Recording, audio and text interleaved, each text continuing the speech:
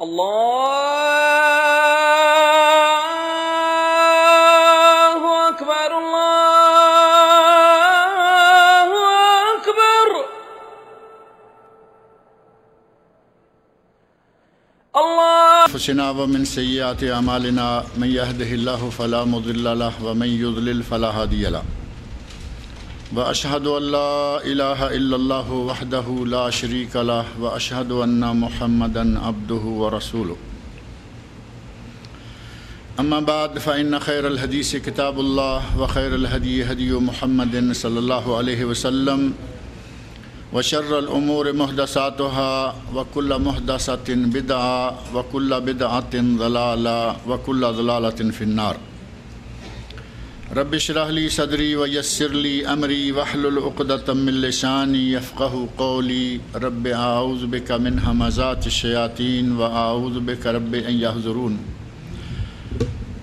اعوذ بالله السميع العليم من الشيطان الرجيم بسم الله الرحمن الرحيم قل اعوذ برب الفلق من شر ما خلق ومن شر غاسق اذا وقب ومن شر النفاثات في العقد ومن شر حاسد اذا حسد۔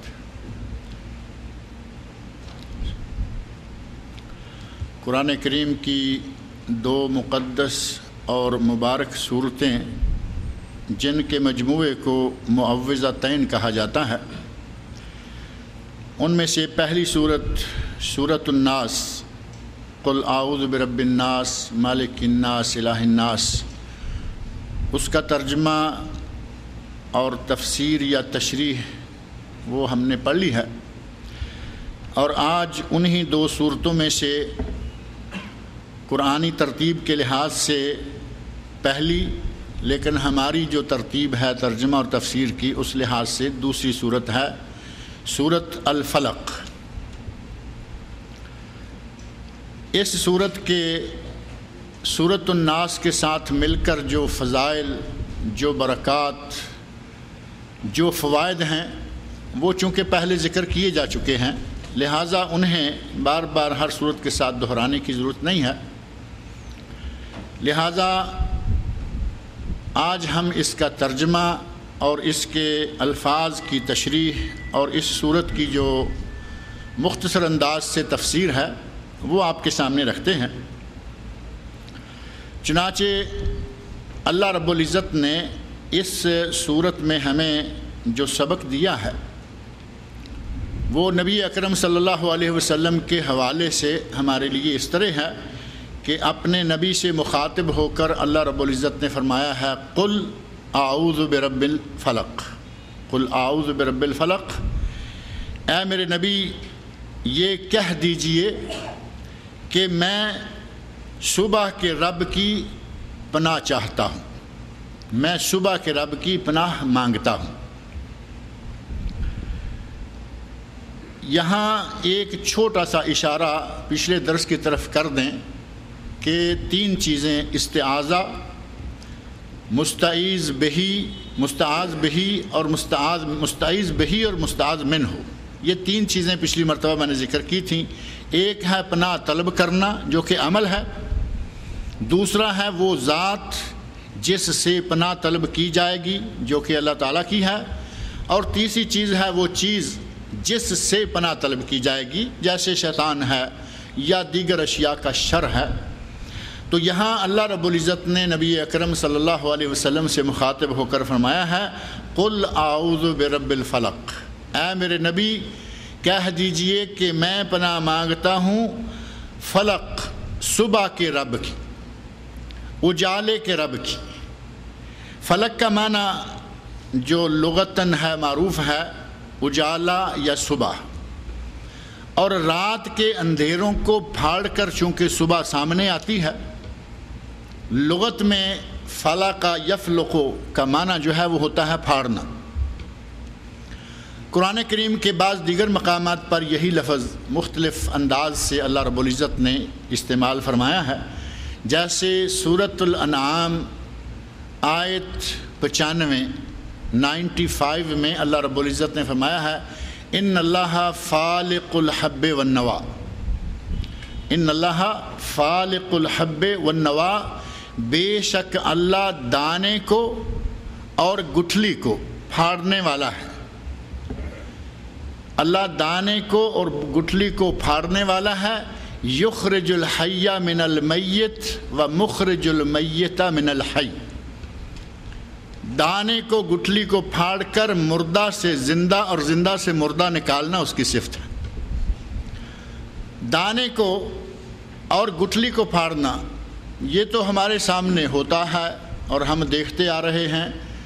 اگر کوئی خود کھیتی باڑی نہیں بھی کرتا تو وہ جانتا ہے، چھوٹا سا دانہ کسان بوتا ہے، گندم کا دانہ چھوٹا سا ہوتا ہے، جو کا دانہ چھوٹا سا ہوتا ہے، جوار اور باجرے کا دانہ اس سے بھی چھوٹا ہوتا ہے، اور یہ بے جان ہیں۔ ان میں سے اللہ رب العزت یخرج الحی من المیت، اسی آیت میں آگے فرمایا کہ اللہ مردے سے زندہ کو نکالتا ہے۔ پودا اس میں زندگی ہے، وہ بڑھ رہا ہے، لہلہا رہا ہے، درخت میں زندگی ہے، لیکن درخت کے بیج میں پہلے زندگی نہیں تھی، حرکت نہیں تھی، وہ بے جان تھا۔ اور چھوٹے سے دانے سے اس رب کی قدرتیں دیکھیں کہ دانہ کتنا ہوتا ہے۔ اب گندم کا دانہ لے لیں، اس سے پودا بھی کوئی اتنا بڑا نہیں نکلتا۔ انجیر کا دانہ آپ جانتے ہیں کتنا ہوتا ہے؟ انجیر، یہ والتین والزیتون، انجیر جو کھایا جاتا ہے اس کے اندر جو دانہ ہوتا ہے بالکل باریک سا، میرا خیال ہے خشخاش کا دانہ بھی انجیر کے دانے سے بڑا ہوتا ہے۔ اس باریک سے دانے سے، ذرہ برابر دانے سے اللہ رب العزت انجیر کا پودا نکالتا ہے۔ اور میرا خیال ہے کہ اگر اس سے بھی آپ ایک اور درخت کی طرف تھوڑی سی توجہ دیں، وہ درخت ہے بڑ کا درخت۔ بڑ کا درخت جسے میرا خیال ہے کہ برگد بھی کہتے ہیں۔ برگد کا درخت آپ کی نظر میں ہوگا، بہت بڑا درخت ہوتا ہے، بہت بڑا، اور دور دور تک شاخیں، گول پتے، جیسے پان کا پتا ہوتا ہے تقریباً اسی طرح اس درخت کا پتا ہے، اور اس درخت کا بیج بھی اتنا ہی باریک ہوتا ہے جتنا کہ اس تین کا ہے۔ انجیر کے بیج کے برابر باریک سا دانہ، لیکن اللہ رب العزت اس دانے سے اتنا بڑا درخت نکالتا ہے جو ہم دیکھ رہے ہیں۔ یہ اللہ کی قدرتیں ہیں کہ باریک سے دانے کو پھاڑتا ہے جو کہ دانہ بے جان ہے، مردہ ہے، اس میں سے اتنے بڑے بڑے درخت نکالتا ہے۔ اسی طرح انڈا ہے، انڈا بھی بے جان ہے، اور اللہ رب العزت انڈے سے چوزا نکالتا ہے، چوزا مرغی کا، چوزا کبوتر کا، چوزا کوے کا۔ انڈا مردہ تھا، اللہ رب العزت نے اس میں سے زندہ نکال دیا، اور وہ زندہ سے مردہ، زندہ سے مردہ اور مردہ سے زندہ، یہ اس کی صفت ہے۔ اللہ رب العزت نے آیت 95 سورۃ الانعام میں فرمایا ان اللہ فالق الحب والنوا، اللہ رب العزت دانے کو پھاڑنے والا ہے۔ فالق، فلق، اور اسی سے یہ لفظ ہے فلق۔ اللہ تعالیٰ دانے کو پھاڑنے والا ہے اور اللہ تعالیٰ گٹھلی کو پھاڑنے والا ہے۔ اور کسی گٹھلی کی سمجھ آئے نہ آئے، انگور کی، ایسی کھجور کی گٹھلی تو معروف ہے، کھجور جو ہم کھاتے ہیں اس میں سے گٹھلی نکلتی ہے، اس گٹھلی کو بھی اللہ پھاڑتا ہے، اور اس میں سے دیکھیں کتنا لمبا درخت نکلتا ہے، اور وہ گٹھلی بے جان ہے اور درخت اس میں سے جاندار نکلتا ہے۔ اسی طرح انسان کا نطفہ جو پانی کا قطرہ ہے، بے جان ہے، اللہ رب العزت اس میں سے انسان کو پیدا کرتا ہے، انسان کو بناتا ہے۔ اللہ کی یہ صفت ہے کہ وہ دانے کو پھاڑنے والا اور بیج کو پھاڑنے والا ہے۔ اور یہی لغوی معنی، یعنی اصل معنی ہے اندھیرے کو پھاڑ کر صبح کے اجالے کا سامنے آنا۔ اللہ نے فرمایا کہ میں پناہ مانگتا ہوں رب الفلق، صبح کے اجالے کے رب کی، جو رات کے اندھیروں کو پھاڑ کر اس میں سے اجالا نکالتا ہے۔ اور یہی معنی سورۃ الشعراء آیت 63 اگر آپ پڑھیں تو وہاں حضرت موسیٰ علیہ السلام کا واقعہ آتا ہے۔ اللہ رب العزت نے حضرت موسیٰ علیہ السلام کو حکم فرمایا کہ اے موسیٰ وَأَوْحَيْنَا إِلَى مُوسَىٰ أَنِ اضْرِب بِعَصَاكَ الْبَحْرَ، اے موسیٰ یہ سمندر، یہ دریا جو تمہارے سامنے آ گیا ہے، اس میں ڈنڈا ماریں۔ اضرب بعصاک البحر، اس دریا کو، دریائے نیل کو ڈنڈا ماریں۔ حضرت موسیٰ علیہ السلام نے اللہ کے حکم کی تعمیل کرتے ہوئے دریائے نیل میں اپنا ڈنڈا مارا، فن فلق، دریا پھٹ گیا، پیچھے کا حصہ اس طرف اور آگے کا حصہ اس طرف، درمیان میں سے راستہ بن گیا۔ یہاں بھی اللہ رب العزت نے یہی لفظ استعمال فرمایا ہے، اور دریا کو پھاڑ دینا، دو حصے کر دینا، واقعہ قرآن کریم کے اندر موجود ہے، وہ تفصیل آپ کو معلوم ہے۔ پیچھے فرعون کی فوجیں لگی ہوئی ہیں، فرعون ہے، آگے موسیٰ علیہ السلام اور آپ کی قوم ہے۔ موسیٰ علیہ السلام دریا کے کنارے پہنچے، دیکھا کہ آگے پانی موجیں ٹھاٹھیں مارتا ہوا دریا ہے۔ اللہ رب العزت نے فرمایا فَأَوْحَيْنَا إِلَى موسیٰ، ہم نے موسیٰ کو وحی کی، أَنِ اضْرِب بِعَصَاكَ الْبَحْرَ، اس دریا پر سوٹا ڈنڈا، یہ جو آپ کے ہاتھ میں عصا ہے، عصا آپ ہمارے، راستے ہم بنا کے دیں گے۔ اور اللہ نے راستہ بنایا، موسیٰ علیہ السلام کو وہاں سے گزارا، اور اسی راستے میں جب فرعون اور پورا لشکر آ گیا تو اللہ رب العزت نے دریا کو حکم دیا کہ تم اپنا کام کرو۔ دریا نے اپنا کام شروع کر دیا اور فرعون اپنے لاؤ لشکر سمیت دریا میں غرق ہو کر مر گیا۔ سارے لشکر میں سے کوئی شخص سامنے نہیں آیا، لیکن اللہ رب العزت نے فرعون کی لاش کے بارے میں دریا کو حکم دیا کہ مار دیا ہے، اب اس کو باہر پھینکو۔ اور وہ آج تک اس کی لاش مصر میں قاہرہ میوزیم میں موجود ہے، اور آج تک وہ انسانوں کے لیے عبرت بنا ہوا ہے، قیامت تک عبرت بنا رہے گا۔ حضرت موسیٰ علیہ السلام کے ڈنڈے میں، یہی ڈنڈا جس نے دریا میں راستہ بنا دیا، اس ڈنڈے میں موسیٰ علیہ السلام نے بتایا کہ میرے لیے بہت سارے فائدے ہیں، اور ڈنڈے کا مارنا اللہ رب العزت نے مختلف موقعوں، یہاں فرمایا کہ ڈنڈا مارو دریائے نیل میں، اس نے راستہ بنا دیا۔ موسیٰ علیہ السلام کی قوم کو پیاس لگی، پانی نہیں ہے، تو اللہ نے اس وقت بھی کہا اے موسیٰ اضرب بعصاک الحجر، یہاں فرمایا اضرب بعصاک البحر، دریا میں ڈنڈا مارو راستہ بن جائے گا، اور اس جگہ فرمایا کہ تم پتھر پر ڈنڈا مارو، فانفجرت منہ اثنتا عشر عینا۔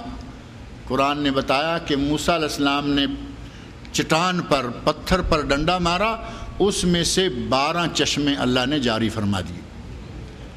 موسیٰ علیہ السلام کی قوم کے 12 ہی پلٹنے کہہ لیں، اس وقت جو فوج جا رہی تھی 12 پلٹنے تھیں، 12 گروہ تھے، 12 جماعتیں تھیں، اللہ نے ہر جماعت کے لیے ایک ایک چشمہ جو ہے وہ جاری فرما دیا۔ اللہ رب العزت نے موسیٰ علیہ السلام اور ان کی قوم کے لیے یہ کچھ کیا، اور موسیٰ علیہ السلام فرماتے ہیں وَلِيَ فِيهَا مَآرِبُ أُخْرَى، یہ میرا ڈنڈا ہے۔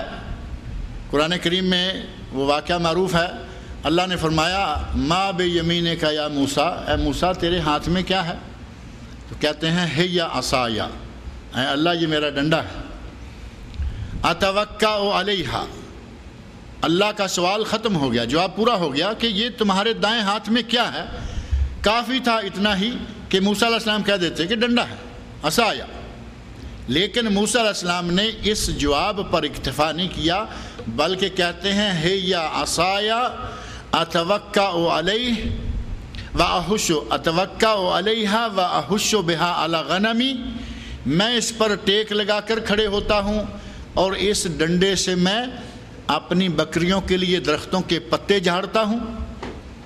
بکریاں چراتے ہوئے کسی کو اگر دیکھا ہوگا تو معلوم ہوگا کہ ان کے ہاتھ میں ایک لمبا ڈنڈا ہوتا ہے، اور کبھی کبھی اس کے آگے لوہے کا ایک چھوٹا سا کوئی آلہ لگا ہوا ہوتا ہے، جس کو کیا نام دیں گے آپ اپنے اپنے علاقوں میں جو نام دیتے ہیں، درانتی فصلیں کاٹنے والی ہوتی ہے، بہرحال درانتی کہیں کچھ بھی کہیں، چلتے چلتے درخت کی ٹہنی کو اڑایا، چھوٹی سی ٹہنی کاٹ کے گرا لی، اور کچھ نہیں تو کچھ ٹہنیاں نہیں کاٹتے، صرف پتے کافی ہوتے ہیں، ایسے اپنی وہ ماری اور پتے گرا لیے، بکریاں بھیڑیں پتے کھاتی جا رہی ہیں۔ موسیٰ علیہ السلام فرماتے ہیں کہ میں اپنے اس عصا سے اپنی بکریوں کے لیے پتے بھی جھاڑ لیتا ہوں۔ وَلِيَ فِيهَا مَآرِبُ أُخْرَى، اور اس ڈنڈے میں میرے لیے اور بھی بہت سارے فائدے ہیں۔ ہمارے پاک و ہند میں علماء نے ان فائدوں کو گناتے ہوئے کیا رنگ اختیار کیا۔ مولوی صاحب ترجمہ کر رہے ہیں اسی آیت کا، ترجمہ کرتے کرتے کہتے ہیں کہ موسیٰ علیہ السلام نے کہا کہ میں اس پہ ٹیک لگاتا ہوں، میں اس سے اپنی بکریوں کے لیے درختوں سے پتے جاڑتا ہوں، اس میں میرے لیے اور بہت سارے فائدے ہیں، اگر کوئی سامنے وہابی آ جائے تو اس کے سر پر بھی دے مارتا ہوں۔ وَلِيَفِيهَا مَعَارِبُ أُخْرَى کا ترجمہ اور مفہوم جو ہے انہوں نے یہ اپنے سامنے بیان کر دیا۔ موسیٰ علیہ السلام کے زمانے میں بھی وہابی پیدا کر دیے۔ کتنی قدامت، کتنی پرانی اس جماعت کو اس آدمی نے ثابت کر دیا۔ غرض یہ کہ فلک کا معنی ہوتا ہے پھاڑنا، اور اللہ کی صفات میں ہے فالق الحب والنوا، اللہ ہے جو دانے کو اور گٹھلی کو پھاڑتا ہے۔ اور 96 آیت 96 سورۃ الانعام میں فرمایا فالق الاصباح، وہی رب ہے جو اندھیروں کو پھاڑ کر صبح لاتا ہے۔ فالق الاصباح، رات کو اللہ نے آرام کے لیے بنا دیا اور دن کو کام کے لیے بنا دیا۔ اسی رب کی پناہ مانگتا ہے بندہ، اور بندہ کہتا ہے قل اعوذ برب، اللہ کہتا ہے قل، کہہ دیجئے اے میرے نبی، اور نبی صلی اللہ علیہ وسلم کے حوالے سے ہم سب بھی یہ بات کہنے کے ہمارے لیے بھی یہ فرض ہے کہ ہم بھی کہیں قل اعوذ برب الفلق، میں پناہ مانگتا ہوں کس کی؟ صبح کے رب کی، اجالا کرنے والے کے رب کی، اجالے کے رب کی، اجالا کرنے والے رب کی، اجالے کے رب کی۔ یہ ہو گیا استعاذہ اور مستعیذ بہی، کس سے پناہ مانگی ہے؟ اللہ تعالیٰ سے۔ کون سی چیز ہے جس سے ڈرتے ہوئے یا جس سے اپنے آپ کو محفوظ کرنے کے لیے اللہ کی پناہ مانگ رہا ہے؟ من شر ما خلق، ہر اس چیز کے شر سے جو اس نے پیدا کی۔ من شر ما خلق، کسی چیز کا نام نہیں لیا، مطلق۔ آپ دوسرے لفظوں میں یوں کہہ لیں کہ تیری تمام مخلوقات سے میں تیری پناہ مانگتا ہوں۔ تیری تمام مخلوقات میں جس میں بھی شر ہے، وہ چاہے کوئی بھی کیوں نہ ہو۔ آئمہ میں سے امام حسن بصری اور بعض دیگر آئمہ تفسیر جو ہیں، انہوں نے یہاں ما خلق کی تفسیر کرتے ہوئے ایک لفظ، چند الفاظ بیان کیے ہیں۔ انہوں نے کہا کہ یہاں سے مراد ہے جہنم، جہنم سے پناہ مانگنا، ہر مخلوق دیگر تمام مخلوقات سے، اور ان کے شر سے اور شیطان کے شر سے۔ اب اگر ان دو چیزوں سے پناہ مانگ لی جائے اور مخلوق کا لفظ شامل کر دیا جائے تو پیچھے بچا کیا؟ جہنم سے بھی پناہ مانگ لی، شیطان سے بھی پناہ مانگ لی، اس کے شر سے پناہ مانگ لی، اور ساتھ ہی تمام مخلوقات سے پناہ مانگ لی۔ گویا کہ تمام مخلوقات کے شر سے اللہ کے سامنے آدمی پہنچ جاتا ہے کہ اے اللہ، ان تمام چیزوں سے میں نہیں بچ سکتا، ان تمام چیزوں کی برائیوں سے، ان کے شر سے، ان کے خطرات سے تو مجھے محفوظ رکھ۔ اور شیطان کا شر اسی طرح بعض دیگر چیزیں ہیں جن کے شر سے پناہ مانگی جاتی ہے۔ جہنم کا شر ہے۔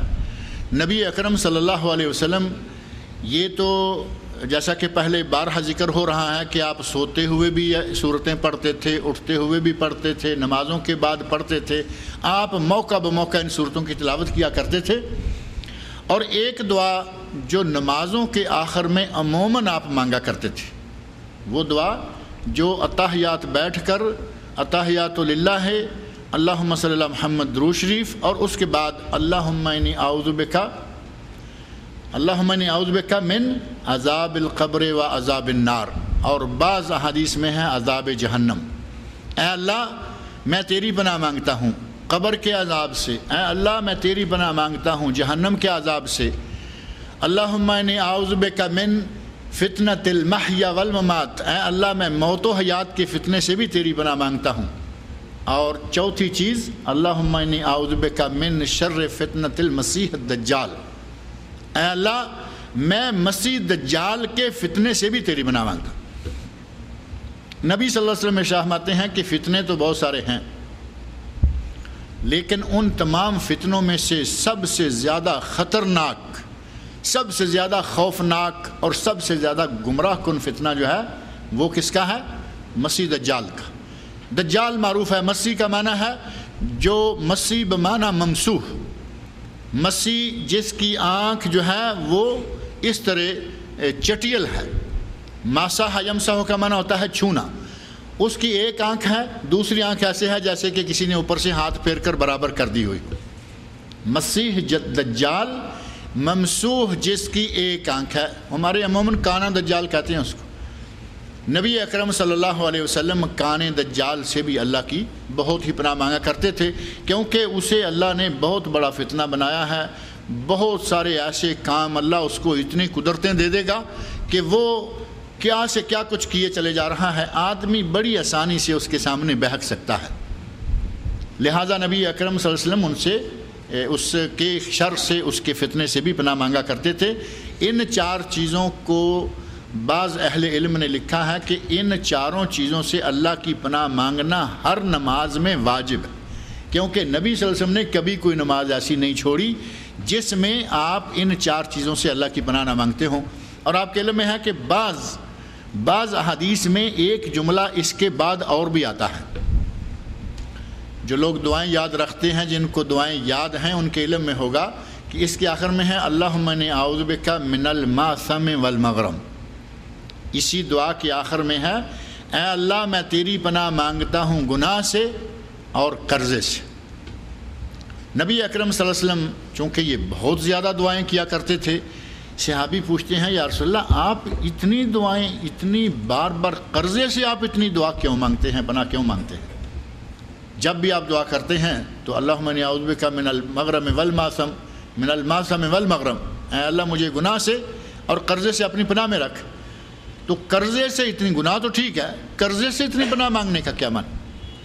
تو نبی اکرم صلی اللہ علیہ وسلم نے فرمایا کہ آدمی جب مقروض ہوتا ہے تو وہ دو کام کرنے پر مجبور ہو جاتا ہے، ایک جھوٹ بولنا اور دوسرا وعدہ خلافی کرنا۔ جھوٹ بولنا مجبوری ہو جاتی ہے، پاس پیسہ نہیں بنا تو آئیں بائیں شائیں کرے گا، جھوٹ بولے گا، وعدہ کرے گا کل دیتا ہوں، پرسوں دیتا ہوں، ترسوں دیتا ہوں، وعدہ خلافی۔ قرضے کی وجہ سے آدمی مجبور ہو جاتا ہے کہ یہ جو دو کام ہیں یہ کرے، جھوٹ بولنا کا اور خلاف عہد کرنے کا یا وعدہ خلافی کرنے کا، یہ اس کی مجبوری بن جاتی ہے۔ لہٰذا نبی صلی اللہ علیہ وسلم ان دونوں چیزوں سے بکثرت اللہ کی پناہ مانگا کرتے تھے۔ نبی اکرم صلی اللہ علیہ وسلم ہمیشہ ہر چیز سے، اس قسم کی جس میں شر، جس میں برائی پائی جاتی ہے، ان کی پناہ مانگا کرتے تھے۔ اللہ رب العزت نے نبی صلی اللہ علیہ وسلم کو یہ حکم دیا، ہمیں یہ حکم دیا ہے کہ یہ مانگا کریں اللہ کی پناہ من شر ما خلق، ہر اس چیز کے شر سے جو تو نے بنائی ہے۔ آگے دوسری چیز جس سے پناہ مانگی اللہ کی وہ ہے وَمِن شَرِّ غَاسِقٍ إِذَا وَقَبَ، اور میں پناہ مانگتا ہوں اندھیری رات کی تاریکی سے جب کہ وہ چھا جائے۔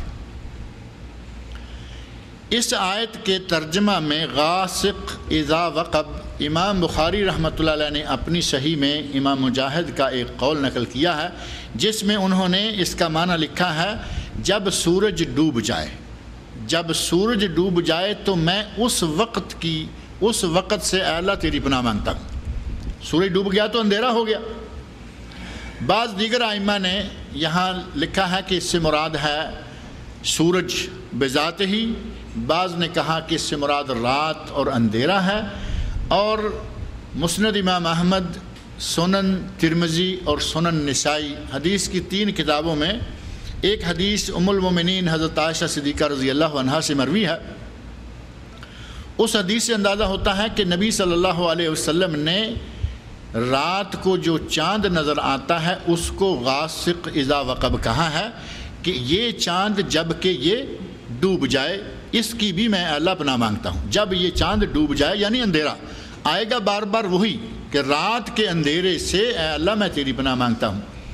ام المومنین حضرت عائشہ صدیقہ رضی اللہ عنہ فرماتی ہیں اخذ رسول اللہ صلی اللہ علیہ وسلم بیدی فارانی القمر، مجھے نبی صلی اللہ علیہ وسلم نے میرا ہاتھ پکڑا اور مجھے چاند دکھایا۔ فارانی القمر فقال تعوذ باللہ من هذا الغاسق اذا وقب، جب یہ ڈوب جائے تو اس کے شر سے اللہ کی پناہ مانگو۔ یعنی چاند رات کو ہو تو پھر کچھ نہ کچھ روشنی ہوتی ہے، رات کے چاند بھی رات کو کافی روشنی کرتا ہے، جب وہ بھی ڈوب جائے، چاندنی رات ہو اور چاند ڈوب جائے تو آپ اندازہ کر سکتے ہیں کہ اس وقت کتنا اندھیرا ہوگا۔ اللہ رب العزت نے ہمیں یہ بھی حکم دیا کہ اندھیرے سے بھی اللہ کی پناہ مانگا کرو، سورج ڈوبنے کے بعد ہو، شام ہونے کے بعد ہو، رات کا چاند ڈوبنے کے بعد ہو۔ بعض علماء نے کچھ اور بھی اس کے معنی بیان کیے ہیں، تو بات اس طرح پر لغت میں لمبی ہوتی چلی جائے گی۔ اصل یہ ہے کہ اندھیرا چونکہ خیر بھی تو ہے لیکن زیادہ تر شر پر مبنی ہوتا ہے۔ اندھیرا خیر کب ہے؟ اللہ رب العزت نے ہمیں دن بھر کام کرنے کا حکم دیا ہے کہ دن بھر کام کرو، لیکن رات کو اندھیرا کر دیا کہ اب کام چھوڑو اور آرام کرو۔ اگر اندھیرا نہ ہوتا، آرام کا موقع نہ بنتا، تو پھر ہمارے لیے تو مسئلہ بن جاتا۔ اور کئی لوگوں کو عادت ہے رات کو سوئیں گے، لائٹیں وائٹیں بند کریں گے۔ کچھ لوگوں کو دیکھا گیا ہے کہ جو کھڑکیاں ہیں، کھڑکیوں میں گلاس لگا ہے، گلاسوں کے اندر کی سائیڈ میں کالے رنگ کا پلاسٹک چڑھا رکھا ہے۔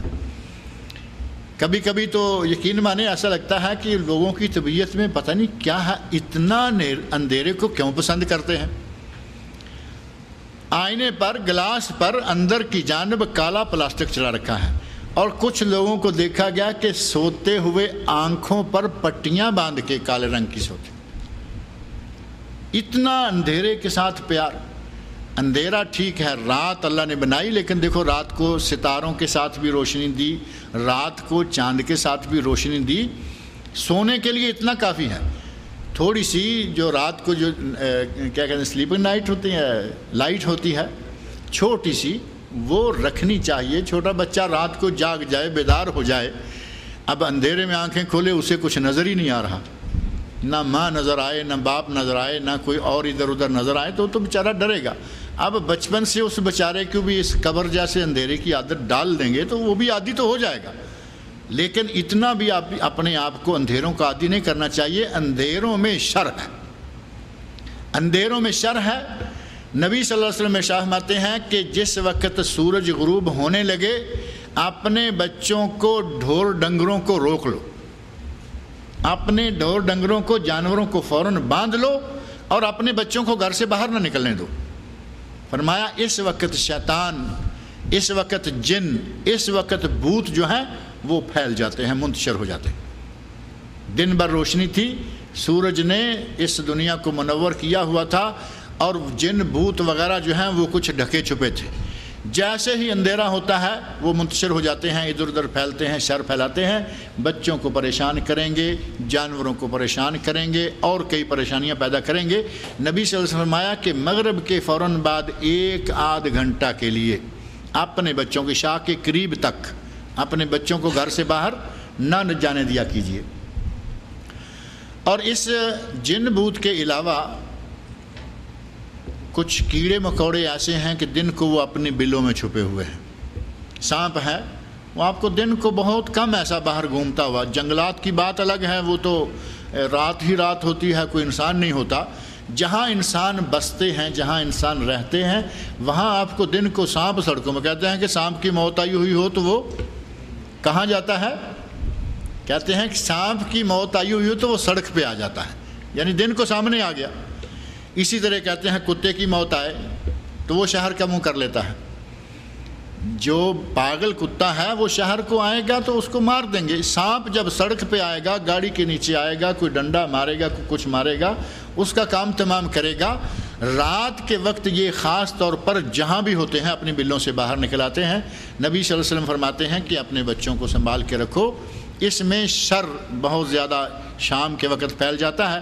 اللہ رب العزت نے اس وقت وَمِن شَرِّ غَاسِقٍ إِذَا وَقَبَ، رات کا اندھیرا جب چھا جاتا ہے اس کے شر سے بھی اللہ نے پناہ مانگنے کا حکم دیا کہ رات کا جب اندھیرا چھانے لگے اس وقت اپنے آپ کو سنبھالو اور اللہ سے پناہ طلب کر لو۔ چور ڈاکو کب نکلتے ہیں؟ ہم تو اتنی دور گئے، جنگلات میں جا کے سانپوں کو بلیں تلاش کرتے پھر رہے ہیں، اور شیطان اور بھوت چور ہم میں سے، ڈاکو ہم میں سے، یہ جتنے لوگ ہیں یہ بھی رات کو نکلتے ہیں۔ رات کو جتنے بھی شر والے ہیں، جتنے بھی جرائم پیشہ لوگ ہیں، وہ سارے بھی رات کو نکلتے ہیں۔ رات کو نکلے کسی کا تالا توڑا، رات کو نکلے کسی پہ بندوق تانی، رات کو نکلے کسی کی بس روک دی، کسی کی کار روک لی، کسی کی موٹر سائیکل روک لی، کچھ سے یہ چیزیں بھی چھین لی، پیسے بھی چھین لیے۔ اور کچھ شریف قسم کے چور ہوتے ہیں، وہ کہتے ہیں پیسے دے جاؤ اور تم جاؤ۔ اور کچھ اپنے علاقے کے چور، آپ نے سنا ہوگا، وہ پھر آدمی کو زندہ نہیں چھوڑتے، انہیں معلوم ہے کہ مجھے دیکھ لیا اس نے، پیسے گاڑی جو کچھ بھی ہے وہ چھینا اور اس کو گولی مار دی۔ یہ سارے کام بھی عموماً رات کو ہوتے ہیں، ڈاکے دن کو بھی ہوتے ہیں، لیکن عموماً چوری چکاری اور وارداتیں جتنے بھی جرائم ہیں، جرائم پیشہ لوگ اکثر یہ کام جو ہے وہ رات کو کرتے ہیں۔ اللہ رب العزت نے اس سلسلہ میں بھی ہمیں یہ حکم دیا اور فرمایا کہ وَمِن شَرِّ غَاسِقٍ، اور میں پناہ مانگتا ہوں اندھیری رات کی تاریکی کے شر سے، اذا وقب، جب کہ وہ اندھیرا پھیل جائے۔ وَمِن شَرِّ النَّفَّاثَاتِ فِي الْعُقَدِ، اور میں پناہ مانگتا ہوں نفاثات۔ شروع میں یہاں بات آئی تھی اعوذ باللہ کے ضمن میں، اعوذ باللہ السمیع العلیم من الشیطان الرجیم من ہمزہ ونفخہ ونفثہ، میں پناہ مانگتا ہوں اللہ کی شیطان رجیم سے، اللہ کی جو سمیع العلیم ہے، سنتا ہے جانتا ہے، من ہمزہ ونفخہ ونفثہ، یہاں نفثہ کا جو لفظ ہے اس کا معنی ہے پھونک مارنا۔ شیطان کے پھونک مارنے سے بھی اے اللہ میں تیری پناہ مانگتا ہوں۔ اور اصل نفذ جو لفظ ہے نون فا اور تھا، اس کا معنی ہوتا ہے کوئی پھونک جس میں تھوڑا سا لعاب کا اثر بھی ہو، یعنی تھوڑی سی تری بھی ہو، اس پھونک کو نفذ کہا جاتا ہے۔ اور عموماً یہ پھونک جو ہے یا تو اچھا نورانی قرآن و سنت کی دعائیں مانگ کر دم کرنے والا بھی یہ پھونک مارے گا، اور جو اس کے برعکس اس سے پہلے کارروائی کرتے ہیں، جادو کرنے والے، تعویذ گنڈے اور ٹونے کرنے والے، وہ بھی پھونکے مارتے ہیں۔ اللہ رب العزت نے ان پھونکے مارنے والوں سے شر النفاثات فی العقد، جو کہ گرہیں لگا کر ان میں پھونکے مارتے ہیں۔ عقد کا معنی ہوتا ہے عقدہ، یہ گرہ لگانا۔ عقد عمل، یہاں ایک لفظ بڑا استعمال ہوتا ہے، عقد عمل یعنی کسی کام کرنے کا ایگریمنٹ۔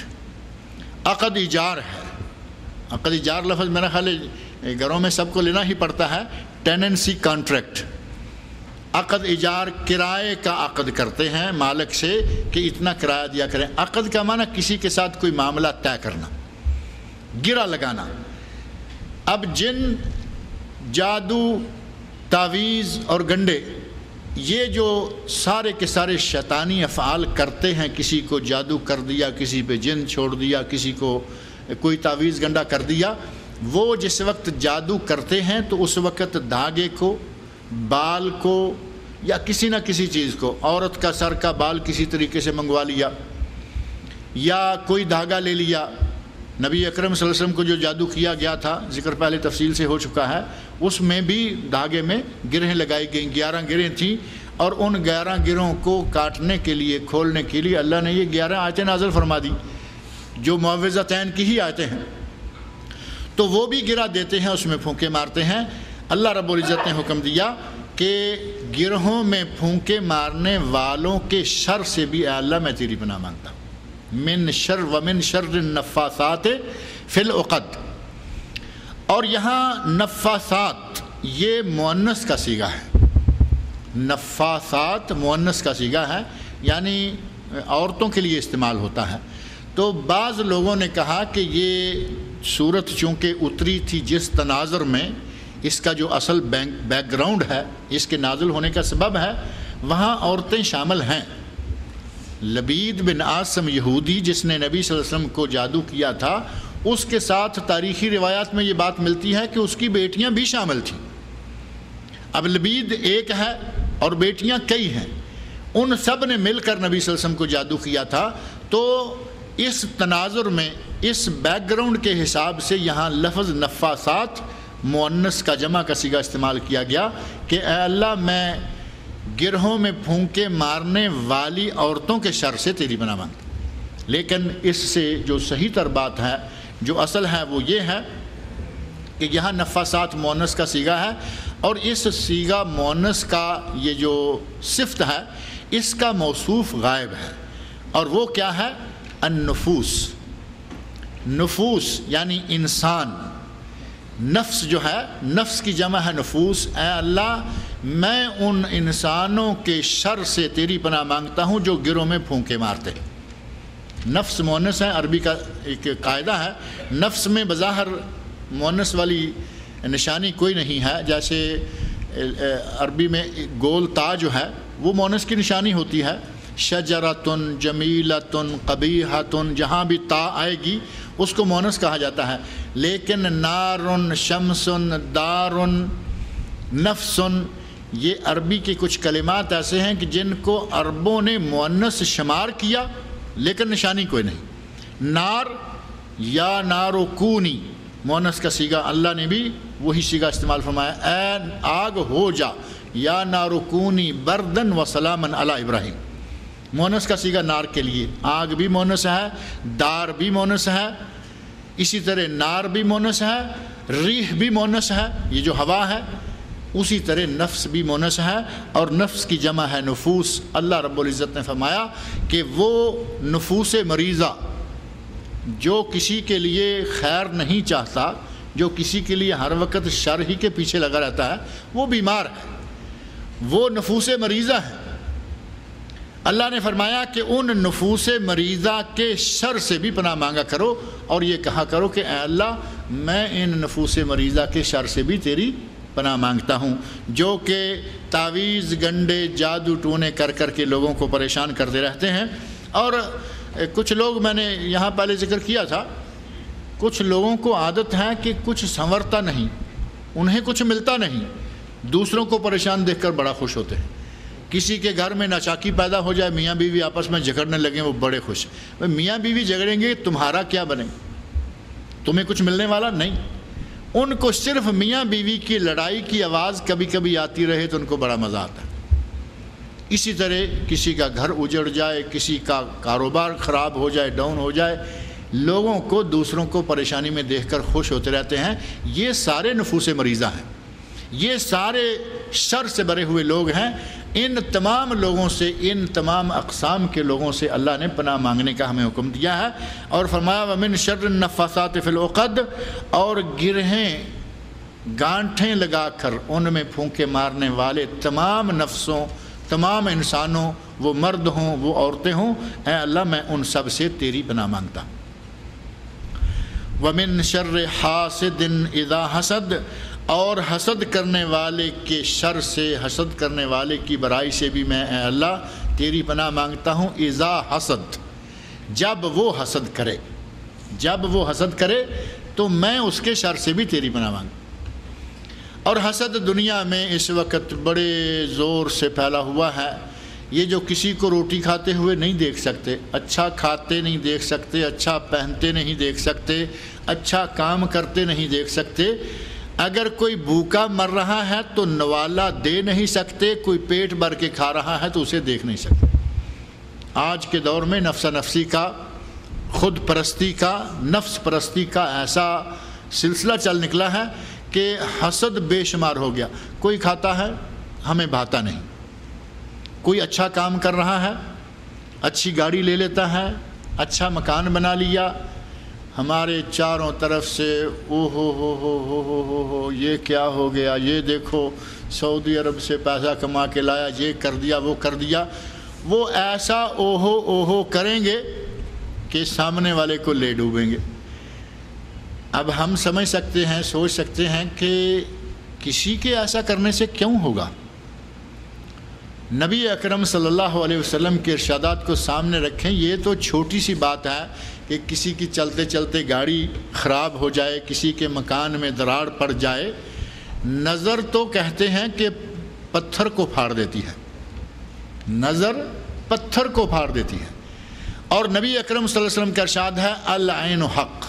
یہ جو ہمارے یہاں کا نظر وظر کچھ نہیں، کچھ لوگ کہیں گے جادو کچھ نہیں، کوئی جن کچھ نہیں، یہ کچھ نہیں والوں کی پارٹی بھی عجیب ہے کہ ہر چیز کو کچھ نہیں۔ اللہ کے رسول فرمائیں العین حق، نظر حق ہے، نظر برحق ہے، لگ جاتی ہے۔ اور آپ نے اپنے صحابہ میں سے، اپنے رشتہ داروں میں سے بعض لوگوں کے گھر میں آپ تشریف لے گئے، دیکھا کہ بچے جو ہیں وہ پتلے پتلے دبلے ماندے سے ہیں، تو کہا کہ بھائی کیا بات ہے، بچوں کو کچھ کھلاتی پلاتی نہیں ہو؟ تو خاتون کہتی ہیں کہ یا رسول اللہ لگتا ہے کہ ان کو نظر کھا جاتی ہے۔ تو آپ نے فرمایا ان کو نظر کا دم کیا کرو۔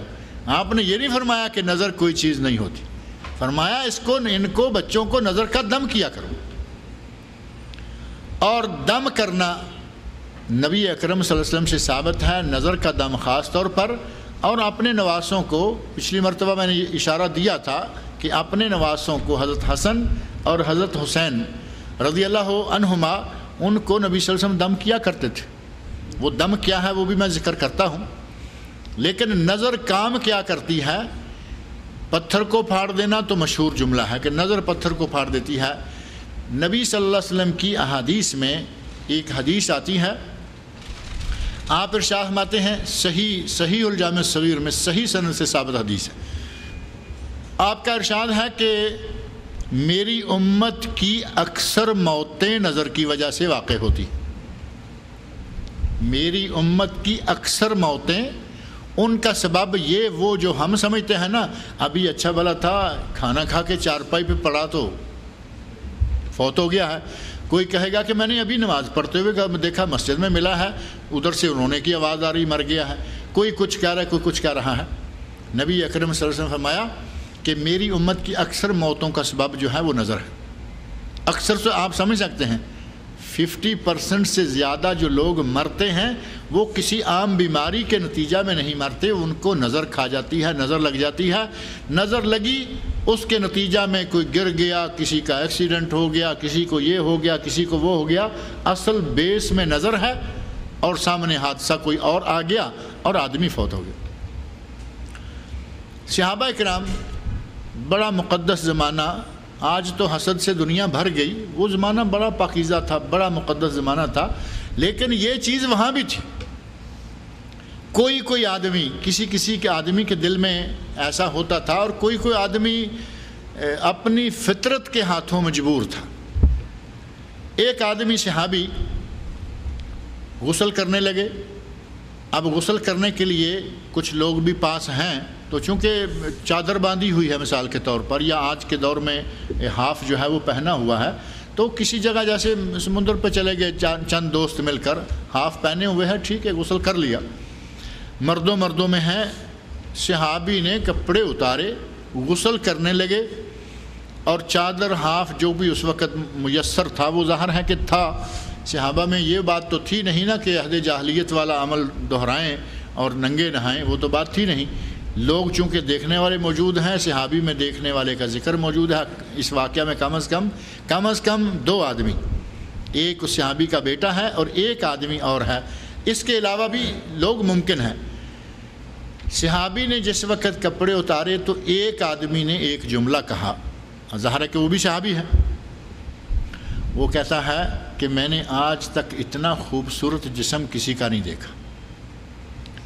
یہ لفظ کہا، اور وہ نہانے والا اپنے اوپر پانی بھی نہیں ڈال سکا، وہیں لپیٹا گیا۔ کپڑے اتار لیے، پانی کی بالٹی یا جو بھی برتن ہے، ٹب ہے، پاس پڑا ہے، پانی ڈالنے کی ہمت نہیں ہوئی، وہیں لپیٹا گیا۔ اب پاس ان کا بیٹا بھی موجود ہے، وہ بھاگا نبی اکرم صلی اللہ علیہ وسلم کے پاس گیا، یا رسول اللہ میرا والد غسل کرنے لگا اور یہ ہو گیا ہے۔ آپ نے اس نوجوان سے پوچھا، اتشکون فی احد، کیا تمہیں کسی پر شک ہے؟ یعنی کسی نے کچھ کیا ہے؟ نبی اکرم صلی اللہ علیہ وسلم نے یہ سوال پوچھا تو وہ نوجوان صحابی کا بیٹا کہتا ہے، یا رسول اللہ ظاہر ہے کہ ہم کسی کے بارے میں شک کیا کر سکتے ہیں، ایک آدمی نے ایک بات کہی۔ پوچھا کیا کہا؟ کہتے ہیں کہ جس وقت میرے والد نہانے لگے، کپڑے اتارے، تو ایک آدمی نے یہ جملہ کہا کہ میں نے آج تک اتنا خوبصورت جسم کہیں نہیں دیکھا۔ نبی اکرم صلی اللہ علیہ وسلم بات کو بھانپ گئے، سمجھ گئے، کہا کہ اس آدمی کی نظر لگ گئی ہے۔ اس نوجوان کو حکم دیا کہ اس آدمی کے پاس جاؤ، اسے میری طرف سے حکم دو کہ وہ غسل کرے اور غسل کا پانی محفوظ رکھے۔ نظر کو زائل کرنے کے طریقوں میں سے ایک طریقہ یہ ہے جس کو عملی طریقہ کہہ سکتے ہیں، یہ ذہن میں رکھیں۔ اگر کسی کو پتہ چل جائے کہ ہمارے بچے کو، ہماری چیز کو، ہماری بیگم کو بھی نظر لگ سکتی ہے یا نہیں؟ لگ سکتی ہے، بیگم کو بھی لگ سکتی ہے، ہر چیز کو نظر، خوبصورت چیز کوئی بھی ہوگی اس کو نظر لگ سکتی ہے۔ اگر کسی خوبصورت چیز کو دیکھیں تو ہمیں حکم کیا ہے؟ قرآن میں موجود ہے، نبی صلی اللہ علیہ وسلم کے ارشادات میں موجود ہے کہ کیا کہیں؟ ما شاء اللہ۔ جیسے ہی کوئی چیز دیکھیں جو آپ کے دل کو بھائے، آپ کے دل کو اچھی لگے، آپ کی نہیں نہ صحیح، یہ ضروری نہیں ہے کہ اپنی ہو، اپنا بیٹا ہو، اپنی بیوی ہو۔ بیویاں تو لوگوں کی دیکھنی ہی منع ہے نا، یا کیا خیال ہے؟ کسی کی بیوی کو دیکھنا منع ہے۔ یہاں تو بات چھوڑ دیں ایک طرف، اس بیوی کو نظر کس کی لگے گی؟ اس کے بھائی کی لگ سکتی ہے، اس کے شوہر کی لگ سکتی ہے، نظر کبھی لگ سکتی ہے، کسی کی لگ سکتی ہے۔ لیکن اس کھاتے کو ہم اپنے کھاتے سے نکال دیں کہ کسی کی بیوی کو ہم دیکھنا نہیں چاہتے کسی کی بیوی کو، کیونکہ غیر محرم عورت کو دیکھنا، جھانکنا، تاکنا، تاڑنا منع ہے، ناجائز ہے۔ لیکن نظر جو ہے وہ بہرحال کبھی بھی لگ سکتی ہے۔ نظر لگ گئی اور اس نظر کو زائل کرنے کے لیے جو طریقہ کار ہے وہ عملی طریقہ یہ ہے جو نبی اکرم صلی اللہ علیہ وسلم نے بتایا، وہ یہ ہے کہ اس آدمی کو جا کے کہیں کہ غسل کرو۔ اب یہ ایک نازک سا مسئلہ ہے۔ اب کسی بچے کو مثال کے طور پر دیکھا، کہیں چلے گئے، کسی کے یہاں کسی کے گھر چلے گئے، وزٹ کے لیے چلے گئے، وہاں سے گھر آئے تو بچے کو پھونک کر بخار آ گیا، شک ہو گیا کہ نظر لگ گئی ہے۔ اب اس گھر میں جا کے کہیں گے کہ انٹی، باجی، آپا، ذرا ہمارے بچے کو تمہاری نظر لگ گئی ہے، غسل کر کے پانی دو، تو وہ جوتا اٹھا لے گی فوراً کہ تمہیں کھانا بھی کھلائیں اور تمہارے الزام بھی گوارا کریں، برداشت کریں۔ تمہیں کل ابھی دعوت کھلائی ہے، آج تم نیا کام، آئندہ وہاں سے دعوت بھی گئی اور عداوت بھی شروع ہو گئی کہ انہوں نے ہمیں الزام لگایا تھا کہ تمہاری نظر۔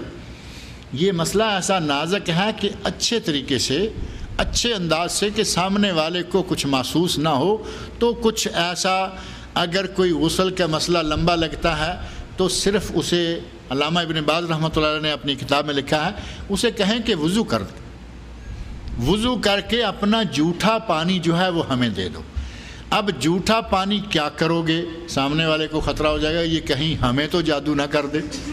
آج تو دور ہی ایسا آیا ہوا ہے نا کہ وہ اپنا علاج کر رہے ہیں یا نہیں، یہ کہیں الٹا ہمیں نہ جادو کر۔ اسے اچھے طریقے سے، اب ظاہر ہے کہ ہر آدمی اپنا اپنا طریقہ جو ہے وہ سمجھتا ہے۔ مثال کے طور پر کہا جا سکتا ہے کہ آپ نمازی پرہیزگار آدمی ہیں، ذرا وضو کریں، آپ کا جھوٹا پانی بچے پہ ذرا ڈالیں گے، بچے کو اللہ تعالیٰ برکت دے گا۔ اصل غرض یہ ہے کہ اس کا جھوٹا پانی مل جائے، نہائے ہوئے کا یا وضو کیے ہوئے کا۔ اور نبی صلی اللہ علیہ وسلم نے حکم دیا ہے، آپ کا ارشاد ہے کہ جب تم میں سے غسل کرنے کا مطالبہ کیا جائے تو غسل کرو اور پانی دے دو۔ یہ نہیں کہ میری نظر لگتی نہیں کسی کو، تم کون اور میں کون، نہ۔ اگر کوئی کہے، چونکہ ہمیں یہ نہیں دیکھنا کہ میری نظر لگتی ہے یا نہیں، ہمیں دیکھنا ہے کہ رسول اللہ صلی اللہ علیہ وسلم نے ہمیں حکم کیا دیا ہے۔ آپ نے فرمایا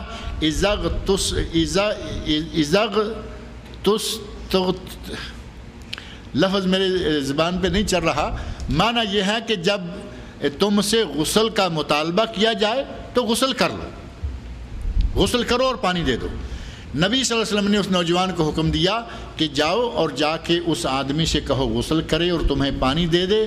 آدمی گیا، اسے کہا، اس نے غسل کیا، پانی دے دیا۔ وہ نوجوان بیان کر رہے ہیں کہ میں نے پانی کا وہ ٹپ لا کر اپنے باپ کے پیچھے سے، جیسے مجھے نبی صلی اللہ علیہ وسلم نے ہدایت فرمائی، لا کے پیچھے سے میں نے یکدم پورا ٹپ جو ہے وہ اپنے باپ کے اوپر ڈال دیا۔ میرا باپ یوں اٹھ کے سیدھا کھڑا ہو گیا جیسے اسے کچھ ہوا ہی نہیں۔ نبی صلی اللہ علیہ وسلم نے جو عملی علاج بتایا، وہ نظر بد کا عملی علاج یہ ہے کہ اگر پتہ چل جائے کہ اس کی نظر لگی ہے تو اس سے غسل کا یا اس کے وضو کا پانی جھوٹا جو ہے وہ اس کے اوپر ڈالیں، انشاءاللہ نظر جو ہے وہ ختم ہو جائے گی۔ اور جس کو کہا جائے اس کے لیے یہ حکم ہے رسول اللہ صلی اللہ علیہ وسلم کا کہ وہ اڑے نہیں، الٹی سیدھی حجت بازی نہ کرے، اسے اپنے لیے کوئی الزام نہ تصور کرے۔ ٹھیک ہے، غسل کرنے کا کہا گیا ہے، غسل کرو، پانی دے دو۔ اور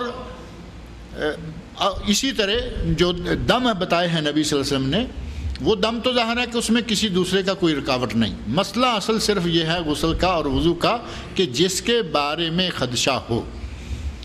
فقہا نے نظر بد اور حسد کے حوالے سے جو ایک چیز لکھی ہے وہ یہ ہے کہ اگر یہ پتہ چل جائے کہ فلاں آدمی کی نظر بہت تیز ہے، لگ جاتی ہے، اور یہ کسی کے اپنے بس میں بھی نہیں ہوتا، یعنی یہ نہیں ہے کہ لگ جائے، اگر ہم اسلامی آداب کو اپنا کے رکھیں تو نظر نہیں لگتی انشاءاللہ، کیونکہ اللہ کے رسول نے فرمایا ہے جب کسی اچھی چیز کو، من پسند چیز کو دیکھو تو ماشاءاللہ کہو، نظر نہ لگے گی۔ جب یہ نہیں کہیں گے تو لگے گی، لیکن اس کی یہ نہیں کہ میری مرضی سے لگ جائے گی، وہ نہیں بھی چاہتا، ایسے ہی دل میں آ گیا، نظر لگ گئی۔ اگر اس طرح کا معاملہ ہے، کسی آدمی کے بارے میں یہ معروف ہو جائے کہ گاؤں میں ہے، شہر میں ہے، محلے میں ہے، پتہ چلے کہ اس کی نظر بہت لگتی ہے، تو اہل علم نے، فقہا نے لکھا ہے کہ اگر یہ طے ہو جائے کہ اس آدمی کی بکثرت نظر لگتی ہے اور اس کی وجہ سے بہت سارے لوگ پریشان ہوتے رہتے ہیں، اسے نظر بند کر دو۔ بظاہر معاملہ تو گڑبڑ لگتا ہے، کہتے ہیں کہ اسے نظر بند کر دو اور اس کے شر سے لوگوں کو محفوظ کر دو، اس کی روزی روٹی یا اس کے پیسے جو ذرائع روزگار ہے یہ بیت المال کے ذمہ میں ہے۔ یہ نہیں کہ نظر بند کر دو تو وہ بھوکا مر جائے، بیت المال سے، مسلمانوں کے بیت المال سے اس کی ماہانہ تنخواہ مقرر کر دو، وہ گھومے پھرے نہیں، وہ اپنے گھر میں رہا کرے، اور ظاہر ہے کہ ضرورت مجبوری کے تحت کہیں نکلے تو بچ بچا کے نکل جائے۔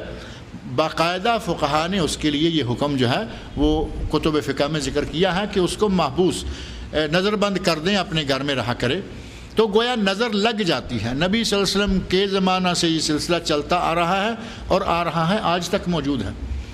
ابھی تھوڑے دن پہلے یہاں دمام میں ایک واقعہ ہمارے ایک عزیز نے ہمیں سنایا، کہتے ہیں کہ کچھ لوگوں کو پتہ ہوتا ہے کہ ان کی نظر بڑی ہے، کچھ بزرگ ہیں، بوڑھی عمر کے ہیں، وہ کام کاج کے بھی نہیں ہیں، بیکار بیٹھے رہتے ہیں، جب ریٹائر ہو جائیں گے تو ظاہر ہے کہ عصر کے بعد اپنے گھر کے سامنے کرسی نکالی، ایک دو پڑوسیوں اور کو لے لیا، اور یہ جو بڑے کھاتے پیتے گھرانوں کی کوٹھی ٹائپ مکانات ہوتے ہیں وہاں جگہیں کھلی ہوتی ہیں،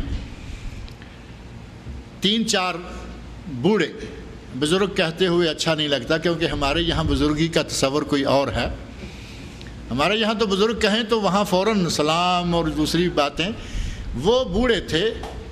یہ میرے اپنے ایک عزیز نے یہ واقعہ بتایا، وہ بیٹھے ہوئے ہیں اور ان کے بارے میں معروف ہے کہ یہ جب کسی پہ نظر ڈال لیں تو خیر کم ہی ہوتی ہے، نظر یہ لگا دیتے ہیں۔ بچہ ایک گزرا، سائیکل پہ بیٹھا ہوا ہے، چھوٹی عمر کا، ایک چکر گیا، دوسرا چکر گیا، تیسرا چکر کسی نے ان میں سے یہ کہا کہ یہ کیا ہے بھائی، ایسے ایک جملہ اس کی زبان سے نکلا، دیکھتے دیکھتے سر کے بل بچہ سائیکل سے نیچے گر گیا۔ نظر اتنی تیز ہے کہ بس کسی پہ پڑی، اور اگر اندر سے دل خوش ہوا اور ماشاء اللہ نہیں کہا تو سمجھیں کہ وہ اس کو لے دے گئی۔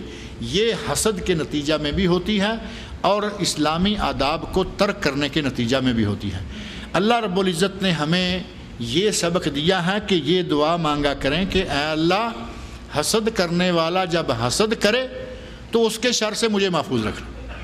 معنی یہ کہ جو آدمی حسد میں آ کر مجھے نظر لگانا چاہے، اے اللہ تو مجھے محفوظ، اس کا معنی یہ ہوا کہ یہ دعا پڑھیں گے، یہ سورت پڑھیں گے تو انشاءاللہ لوگوں کی نظر بد سے بھی آپ محفوظ رہیں گے۔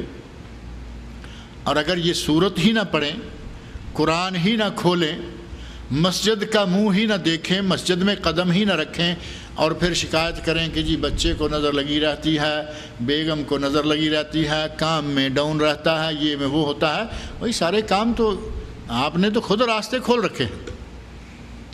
جن کے چمٹنے کے لیے، نظر کے لگنے کے لیے یہی تو سارے وسائل ہیں جو آپ نے مہیا کر دیے۔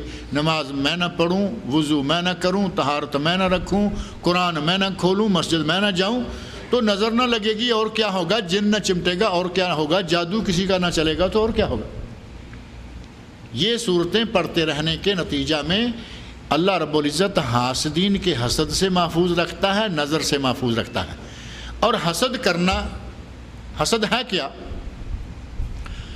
حسد یہ ہے کہ کسی کے پاس نعمت دیکھیں اور دل میں یہ خواہش پیدا ہو جائے کہ یا اللہ اس کی نعمت ضائع ہو جائے۔ اب دیکھیں، اس کو اپنے لیے خواہش نہیں ہے، اپنے لیے طلب نہیں ہے، اسی لیے تو یہ عیب ہے۔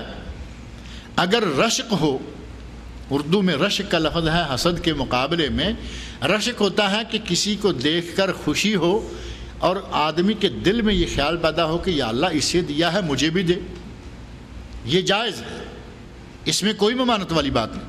آدمی مالدار کو دیکھتا ہے، کہتا ہے یا اللہ اس کو مال دیا ہے مجھے بھی دے۔ کسی بڑے اسکالر کو دیکھتا ہے، آدمی دعا مانگے یا اللہ اسے علم دیا ہوا ہے مجھے بھی دے، کوئی حرج نہیں ہے۔ صحیح بخاری اور صحیح مسلم میں اسی طرح حدیث کی کتنی ہی کتابوں میں نبی صلی اللہ علیہ وسلم کا یہ ارشاد موجود ہے، لا حسد الا فی اثنتین، دو چیزوں میں رشک کرنا جائز ہے۔ عربی میں لفظ حسد کا دونوں معنوں میں آتا ہے، رشک کے لیے بھی حسد کے لیے بھی۔ آپ نے فرمایا کہ دو چیزوں کے سوا کسی چیز میں رشک کرنا جائز نہیں، لا حسد الا فی اثنتین۔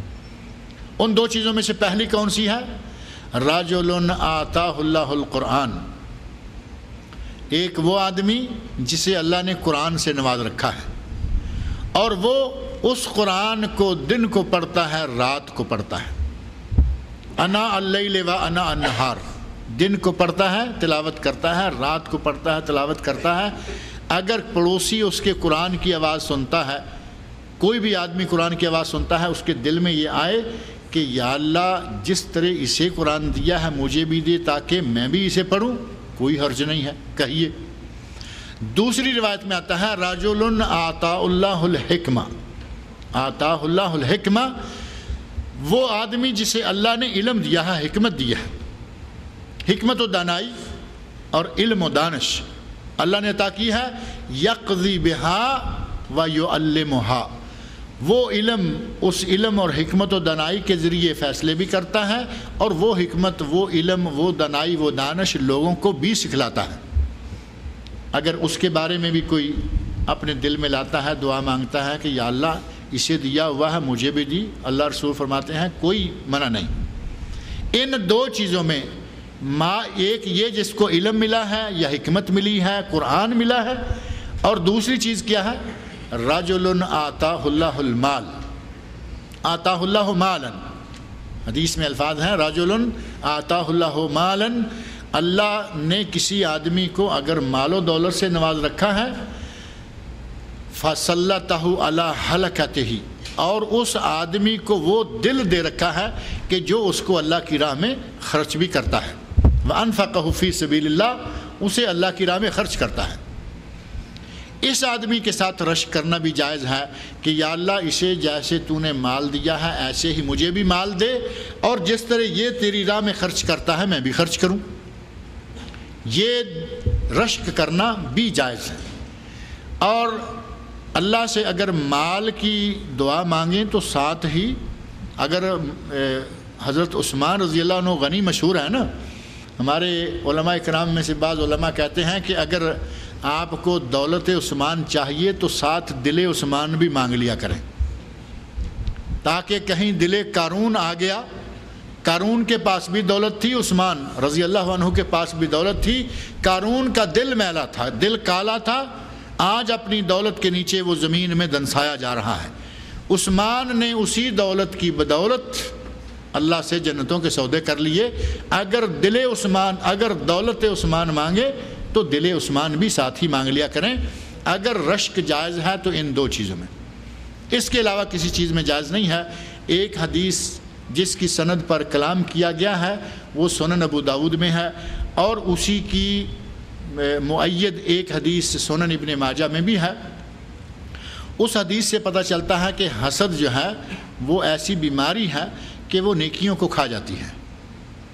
اس حدیث کے الفاظ ہے ایاکم والحسد، حسد سے بچو فإن الحسد یاکل الحسنات کما تاکل النار الحطب، حسد سے بچو، حسد نیکیوں کو یوں کھا جاتا ہے جس طرح کہ آگ لکڑی کو کھا جاتی ہے، جس طرح کہ آگ لکڑی کو کھا جاتی ہے۔ اور ابن ماجہ کی روایت میں یہ موجود ہے، اس کے آگے الفاظ ہیں وَالصَّدَقَةُ تُطْفِئُ الْخَطِيئَةَ كَمَا يُطْفِئُ الْمَاءُ النَّارَ، صدقہ کرنے سے گناہ اس طرح مٹ جاتے ہیں جس طرح پانی ڈالنے سے آگ بجھ جاتی ہے۔ تو اس کا معنی یہ ہوا کہ حسد بہت ہی بڑی برائی ہے، نیکیوں کو تباہ کر دیتی ہے، اور حسد ہی کے نتیجہ میں یہ نظر بھی لگتی ہے۔ نظر سے بچنے کے لیے، اپنے بچوں کو بچانے کے لیے، نظر کا دم کرنے کے لیے کچھ تدابیر ہیں کہ یہ حسد، کسی کا حسد اثر نہ کرے اور کسی کی نظر لگے نہ، کسی جادوگر کا جادو آپ پر اثر نہ کرے اور آپ جادو سے محفوظ رہیں، اور اگر نظر لگ جائے اور کسی کا جادو چل جائے تو اس کا علاج کیا ہے؟ نبی صلی اللہ علیہ وسلم نے وہ علاج بھی بتایا ہے، اور وہ دعا جو میں چاہ رہا تھا وہ آج لگتا ہے کہ پھر رہ رہی ہے۔ نظر کی دعا جو نبی صلی اللہ علیہ وسلم اپنے نواسوں کو کیا کرتے تھے، وہ دعا اور وہ تدابیر جن سے آدمی کو نظر لگتی ہی نہیں، اور وہ دعائیں جو نبی اکرم صلی اللہ علیہ وسلم کو حضرت جبرائیل علیہ السلام نے کی، یہ موضوع تھوڑا سا لمبا ہو جائے گا، اس لیے انشاءاللہ العزیز اس کو اگلی بدھ کو آپ کے سامنے رکھیں گے۔ اللہ رب العزت سے دعا ہے کہ وہ مجھے اور آپ سب لوگوں کو قرآن کریم پڑھنے، سمجھ